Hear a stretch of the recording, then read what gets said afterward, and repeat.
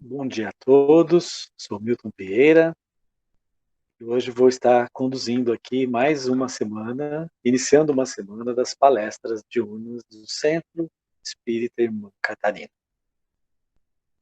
Para iniciarmos, vamos fazer a nossa oração inicial.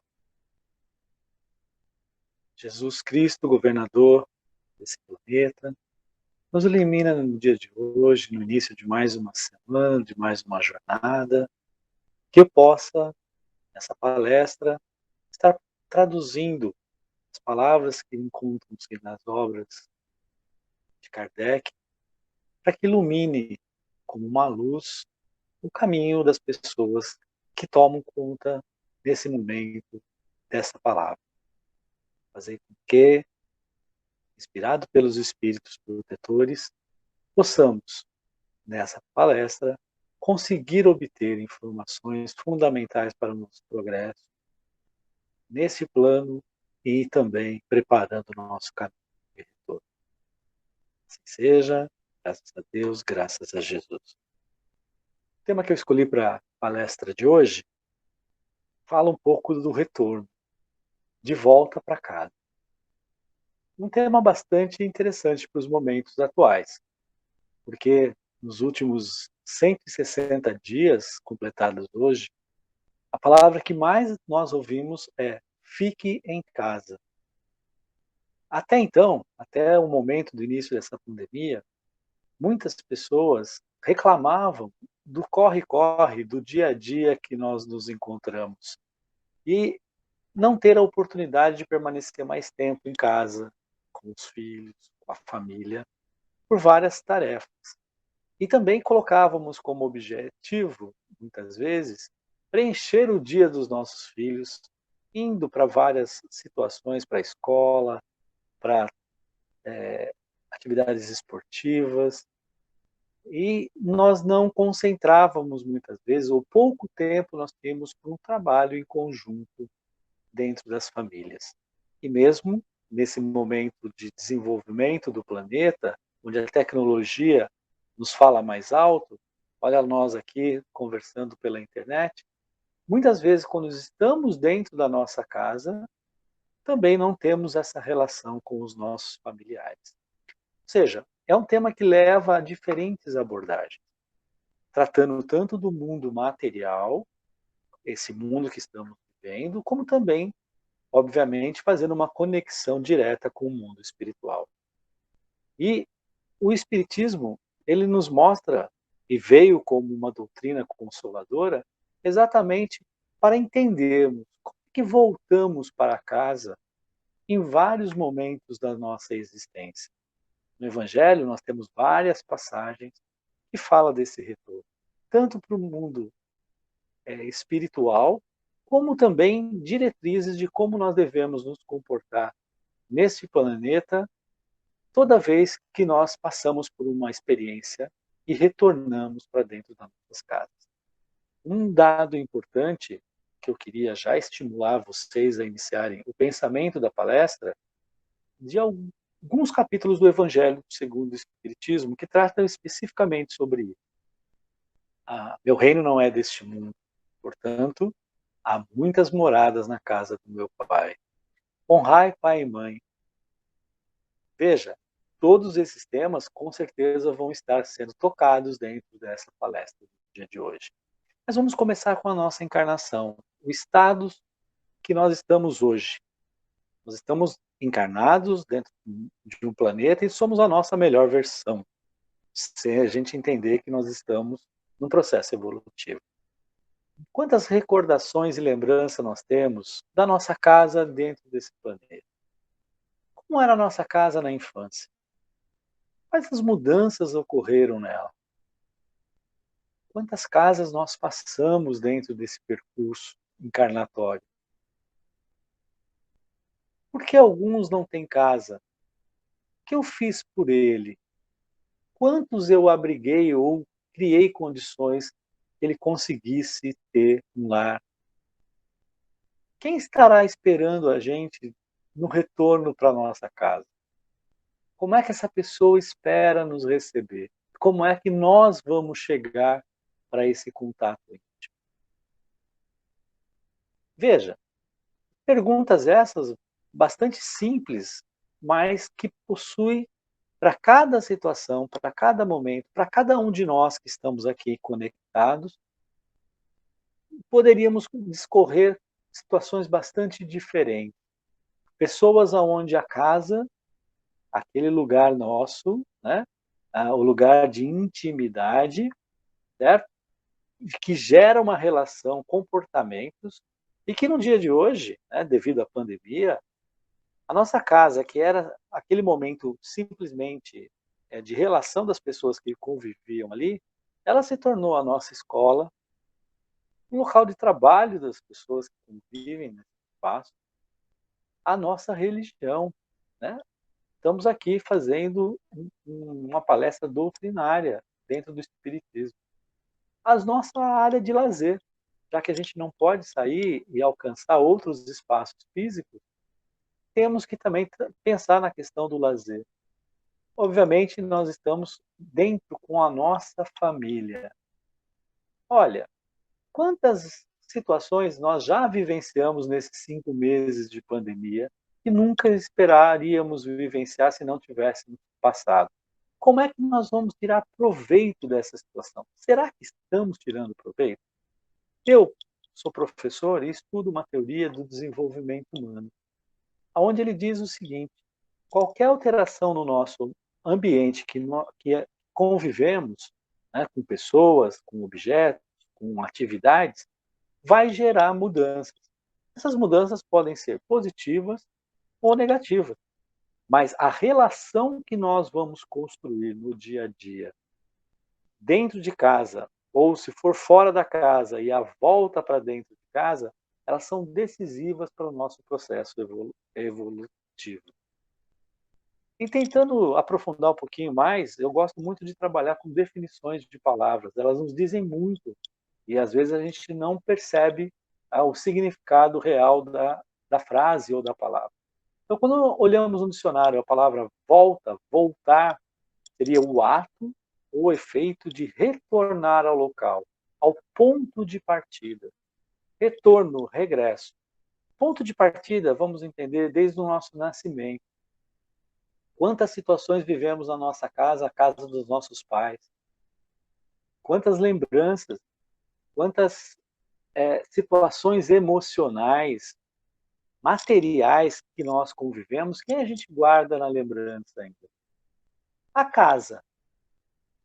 A casa, a construção que serve para morar. Algo material, basicamente. Uma habitação, moradia, residência. Porém, uma parte dessa definição diz respeito ao que nós estamos querendo tratar no dia de hoje. É o lar, é o aconchego familiar, é a situação espacial aonde vamos ter as primeiras relações sociais com as pessoas consanguíneas. Então, voltar para casa é voltar para uma zona de conforto, um lugar que você conhece, e você de olhos vendados pode transitar por ele. Ter lembranças de situações positivas e negativas é um lugar de segurança. Gera muita afinidade nesse espaço e as pessoas se atraem muito. Então, entender o contexto dessa volta para casa, né, é também entender um pouquinho da nossa história, é a gente pensar o que aconteceu na nossa trajetória. Então, uma das situações que me veio à cabeça é quantas vezes nós voltamos para casa durante o nosso percurso encarnatório, durante a nossa vida. Vou tomar como exemplo, fiz aniversário há pouco tempo e atingi meus 53 anos. Se a gente multiplicar isso por 365 dias no ano, e se a gente voltasse uma única vez para casa nesse dia, 19.000 vezes aproximadamente eu teria voltado para casa. Voltamos sempre da mesma forma? Provavelmente não. Toda vez que saímos da nossa casa e retornamos, vamos trazer conosco as experiências vivenciadas nesse planeta, nesse mundo, boas ou ruins. Falando assim, nós trazemos algumas lembranças, né, de algumas situações que nós saímos, aconteceu algo ou no ambiente da cidade, no seu trabalho ou em algum lugar, ou aconteceu dentro de casa e nós tivemos que ter um retorno momentâneo, rapidamente. Então a gente sempre volta diferente. Eu gosto muito de um filósofo, Heráclito, e ele diz a seguinte frase: nunca nos banhamos duas vezes no mesmo rio. Da segunda vez, nem o rio e nem você são os mesmos. Olha que maravilhoso, né? Maravilhosa essa frase para a gente interpretar a situação da casa. Nós saímos, vivenciamos coisas fora, quem ficou aqui também tem vivências, e quando a gente retorna, a gente tem uma nova situação. Então, nós estamos numa uma constante mudança nessa relação dentro desse ambiente. Diferentes situações, então, são vivenciadas. Pode ser que nós voltamos após uma viagem, né? Quem não gosta de viajar? Mas tem aquele momento durante a viagem, que, apesar de você ter conhecido coisas novas, que você quer voltar para o seu aconchego, voltar para o seu lar, trazendo as experiências que você vivenciou. Após um dia de trabalho, a meta de muitas pessoas é ter trabalho. Aqueles que têm valorizam muito o trabalho que têm. Ir ao trabalho e retornar à casa, retornar para o descanso de um dia cansativo, eu trago também muitas coisas do trabalho para dentro de casa. Será que eu trago só reclamações?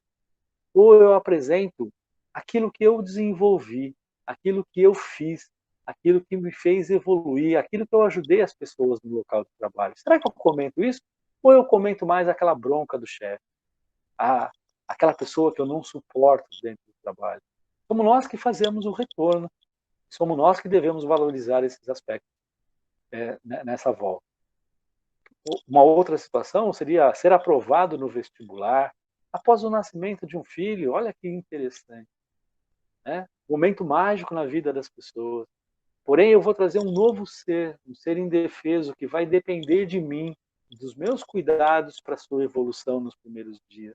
Vai mudar esse ambiente, gera uma mudança. Isso nós temos que entender para poder agir de forma consciente e auxiliá-lo no processo de desenvolvimento. Obviamente, também temos situações negativas. Após ser reprovado na escola, será que nós chegamos e contamos para os nossos pais? Não passar no concurso, eu chego como? Revoltado por essa questão. Após uma perda emocional, uma perda material, ou mesmo uma perda de um ser humano, pelo ser de carne, um amigo, um parente. Após uma mentira, volto com a culpa, né? Ou eu fiz a mentira para esconder um vício daquilo que eu estava fora de casa. Olha como eu retorno amargurado para dentro desse ambiente. Após ter sido cruel com alguém, com um desconhecido ou mesmo com algumas pessoas. E por orgulho e egoísmo, eu não me aproximo e não peço desculpa.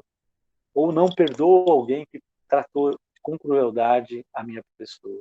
Então são diferentes situações que nós convivemos no dia a dia e que influenciam de como nós estamos voltando. Voltando para a nossa casa, para o nosso lar, para a nossa família. A volta para esse relacionamento, então, ele pode ter pontos positivos como felicidade, confiança, carinho, humor, alegria, amor, gratidão, esperança. Coisas que nos fazem a nos envolvermos e trabalhar em harmonia, em comunhão com as pessoas dentro do nosso lar. Por outro lado, quando eu trago coisas negativas, como tristeza, medo, hostilidade, frustração, raiva, desespero, culpa, ciúmes, eu gero, eu gero uma atmosfera muito carregada, onde as pessoas muito provavelmente vão ter dificuldades de relacionamento. Nossa reação, então, o entendimento e a superação é a base do nosso progresso dentro do nosso lar, dentro da nossa casa, para a nossa melhoria. Como está o nosso lar hoje? Precisa de reforma?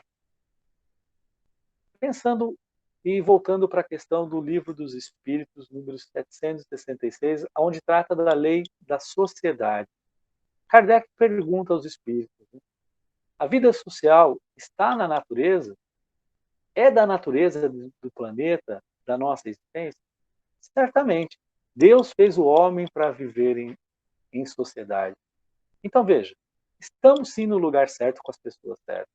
Homem nenhum possui faculdades completas. Precisamos da relação com as outras pessoas próximas da gente para que a gente consiga ter o nosso bem-estar, realizar o bem e progredir nesse mundo de expiações, de provas e expiações. A outra questão que é muito peculiar para esse tema é a 774 do Livro dos Espíritos, que fala de laços de família. Kardec faz a seguinte afirmação e pergunta aos espíritos: há pessoas que, do fato de os animais, ao cabo de certo tempo, abandonarem as suas crias, deduzem serem os laços de família costumes sociais desse planeta e não da lei da natureza. E devemos pensar a esse respeito. Os espíritos foram muito assertivos na resposta. Há no homem alguma coisa a mais, além das necessidades físicas que tinham os animais. Há necessidade de progresso, de progredir. Os laços de família são aqueles primeiros elos para esse progresso acontecer. Quis Deus que, por essa forma, os homens aprendessem a amar-se como irmãos. Olha lá o primeiro mandamento: amar a Deus e amar ao próximo como a si mesmo. Então, estar se relacionando com as pessoas é algo fundamental para esse processo de evolução. Além disso, dentro do Livro dos Espíritos, Kardec trata de duas coisas importantes: semelhanças físicas e morais. Quais são as heranças que nós deixamos para os nossos filhos? Frequentemente, os pais transmitem aos filhos a aparência física, isso é notório, né? Eu era muito parecido, né? Eu sou muito parecido com meu pai, enquanto ele encarnado. Transmitirão também alguma aparência moral aos seus filhos? Os espíritos dizem claramente também: não. Que diferentes são as almas ou o espírito de uns e de outros. O corpo deriva do corpo, portanto, ele é algo material, né? É a união de duas pessoas e biologicamente você constrói esse corpo. Porém, o espírito não procede do espírito. Vamos relembrar lá, Deus criou os espíritos, o princípio inteligente. E esse princípio inteligente tem a sua individualidade. E essa individualidade ela é imortal. Portanto, quando nós geramos os filhos, a herança que nós passamos é a herança física e não a herança moral. Obviamente, nós temos a lei da afinidade e atração. Se somos nós, enquanto espíritos imortais, que definimos aonde queremos fazer o nosso reencarne para acelerar o nosso processo, muito provavelmente nós vamos, as nossas características familiares, de um grupo social, né, elas são muito parecidas, muitas vezes, por essa atração e afinidade de encarnar em conjunto. Porém, eu tenho o livre-arbítrio, né? E dentro desse livre-arbítrio, essa característica que trazemos pode ser muito alterada.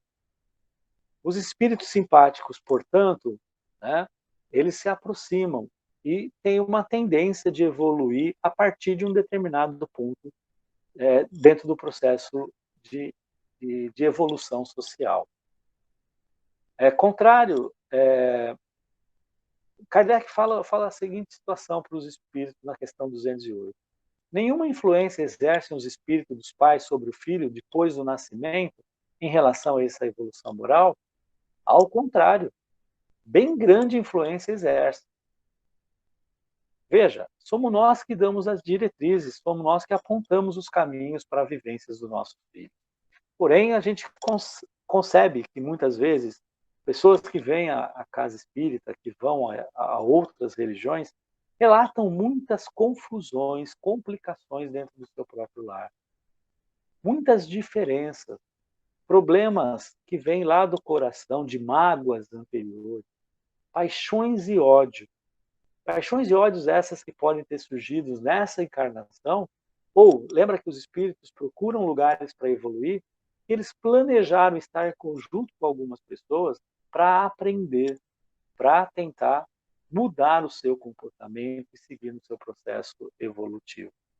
Mas basta a gente pensar em heranças materiais, com o falecimento, com a passagem de algum ente querido, que aí aflora todo o nível de comportamento e mostra que ainda não atingimos um processo de evolução enquanto espírito encarnado. Por outro lado, muitas vezes, nós vemos estreitar os laços de família a partir da dor, a partir de experiência de quase morte, ou mesmo após o desencarne de um membro da nossa família. Os sentimentos ficam mais aflorados, podendo ser eles positivos ou negativos, né? Dependendo de como nós vamos enfrentar algumas situações, né, vai gerar mais ódio e dificuldade de perdoar, afastando-se da divindade. Não perdoa um filho, não perdoa um parente, um irmão. Por outro lado, fica evidente, quanto mais a caridade for desenvolvida, mais vai nos aproximar de Deus. Então, dependendo de uma situação muito difícil de passar, nós vamos ter situações que podemos gerar uma melhora pessoal. Nessa situação, vamos tratar a Covid, né, esse momento atual que nós estamos passando. E aí a gente faz a volta à pergunta inicial. Qual é a nossa verdadeira casa e a nossa verdadeira família? Porque quando estamos numa situação como agora, de um vírus invisível e que ainda não tem a solução para ele, em termos de controle, nós podemos estar numa situação de ir para um hospital e lá ter duas opções: sobreviver ou fazer a passagem, ou desencarnar. E olha a reação que nós temos à frente a essas duas situações que nós estamos vivenciando dia a dia na televisão. Vocês devem já ter visto alguma reportagem nos grandes jornais de quando a pessoa sai curada de dentro de uma UTI com o Covid, pessoas lá com plaquinhas, batendo palma, dando felicitações, ficando alegres. E as pessoas envolvidas, né, com essa pessoa também geram comportamentos de felicidade. Ou seja, é uma pessoa que voltou à vida encarnada. Vai continuar a submeter as leis das necessidades da matéria. Vai ter que ainda continuar trabalhando em prol do seu progresso. É também recebido pela família e por amigos, apontando uma necessidade de uma reconstrução, de repensar a sua vida. Muitas vezes nós ouvimos isso nesses relatos. Por outro lado, temos aquelas pessoas que não sobrevivem a essa situação. E olha que interessante. Aí, com tristeza, muitas vezes as pessoas se dirigem às pessoas, quer seja pelos meios sociais, pelas mídias sociais, ou mesmo presencialmente, embora tenha diminuído nesse momento, o que causa ainda mais angústia, né? Mas eles oferecem o quê? Meus sentimentos. Quais sentimentos a gente oferece quando ocorre uma passagem? Num primeiro momento, por mais que a gente crê na eternidade, na imortalidade do espírito, a gente se revolta muitas vezes. Porém, vamos lembrar o seguinte: quando ocorre o desencarne, estamos voltando para nosso plano espiritual, estamos voltando para nossa casa, para nossa lógica de vida eterna, com nossa individualidade. Porém, se nós fizermos o mal aqui na Terra, né, nessa encarnação, voltaremos envergonhados para essa esfera. Né? E se fizermos o bem, voltaremos de forma aliviada. Seremos recebidos por espíritos próximos da gente, uma afeição, como aqui na Terra. E aí nós vamos fazer a pergunta, né, da forma que a pessoa que ficou encarnada vai mudar o seu comportamento, será que nós vamos ter que reencarnar porque nós não aproveitamos essa encarnação para a nossa evolução? Então, olha que dois momentos interessantes. São momentos, né, que nós estamos ouvindo muitas vezes a pessoa dizer: sobrevivi, portanto, agora eu tenho um novo normal. eu vou ter uma nova vida, vamos nos reordenar. Será que vamos mesmo?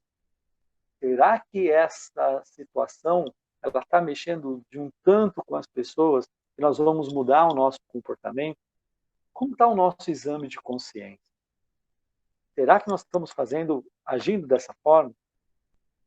Vou relatar também aqui algumas falas de pessoas que voltaram, né, da situação do Covid, e elas deram declarações sobre isso, né? Temos diferentes exemplos, então, dos pacientes que sobreviveram a essa pandemia.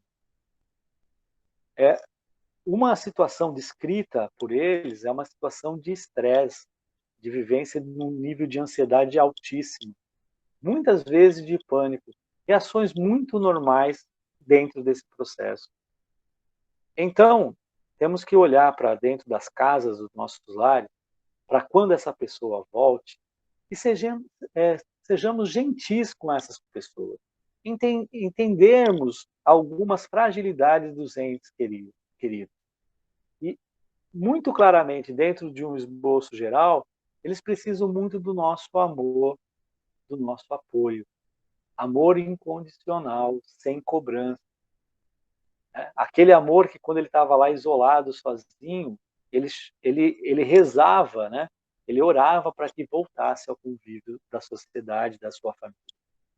Uma outra pessoa relata a seguinte situação: a morte espreitava o hospital, ela estava muito próxima. O medo de morrer sozinho era muito intenso. Desespero e desorientação vivi em vários momentos. Mas olha que engraçado, quando eu voltei para casa, tendo que ficar ainda em quarentena, eu novamente convivi com a solidão, com a raiva e com o desejo de mudar a minha vida. Então veja, passa para a gente como é que eu mudo no retorno à minha casa. Mas será que eles vão conseguir pôr em prática? Isso é uma coisa importante.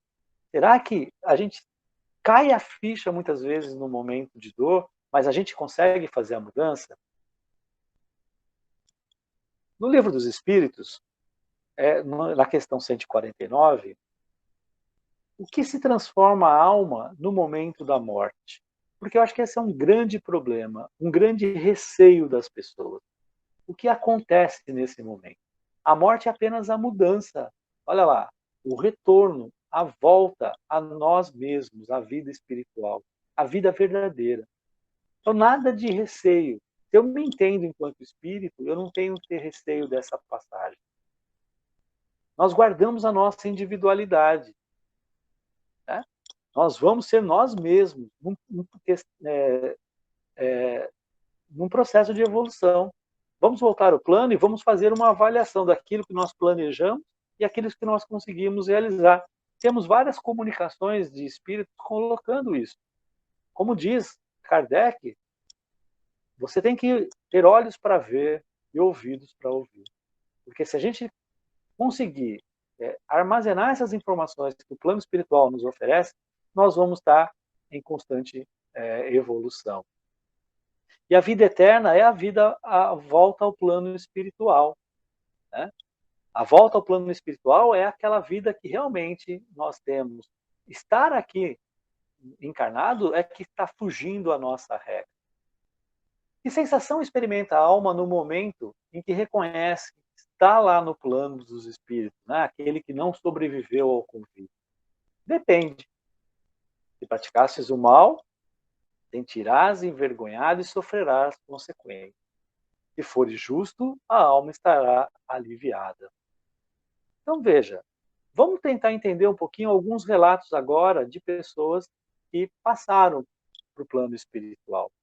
Vou colocar aqui, e até foi um dos livros que me deu o tema da palestra de hoje, que seria O Nosso Lar. Acho que muita gente já deve ter visto, mas o livro foi o novo que surgiu agora, do Ayrton Paiva e do Sidney Fernandes, que é De Volta ao Nosso Lar. Eles fazem uma releitura, uma interpretação do livro do Chico Xavier, ditado pelo espírito de Emmanuel, que fala de um espírito, o André Luiz, que desencarnou. E tem uma passagem do livro que o espírito, ainda nas regiões umbralinas, aquelas regiões que ele ainda não atingiu uma certa evolução e, portanto, está sofrendo as consequências do que ele fez aqui enquanto encarnado, ele faz a seguinte frase: ó amigos da Terra, quantos de vós podereis evitar o caminho da amargura com o preparo dos campos interiores do coração? Acendei vossas luzes antes de atravessar essa grande sombra. Buscai a verdade antes que a verdade vos surpreenda. Suai agora para não chorardes depois. Fica evidente que nós temos que preparar essa passagem, essa volta ao plano espiritual, a volta à casa, mas tem que ser preparado agora, nesse momento. Tem também um relato dentro do livro do Evangelho segundo o Espiritismo, logo ali no capítulo 2, onde se vê as instruções dos espíritos, uma declaração de uma rainha. Né? O tema do capítulo é uma realeza terrena.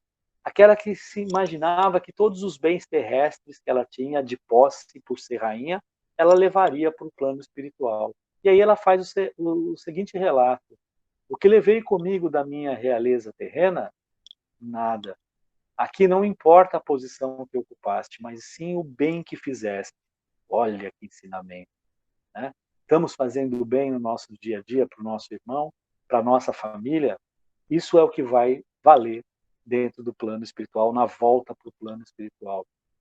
E aí também tem um consolo, né, que eu considero dentro do Espiritismo.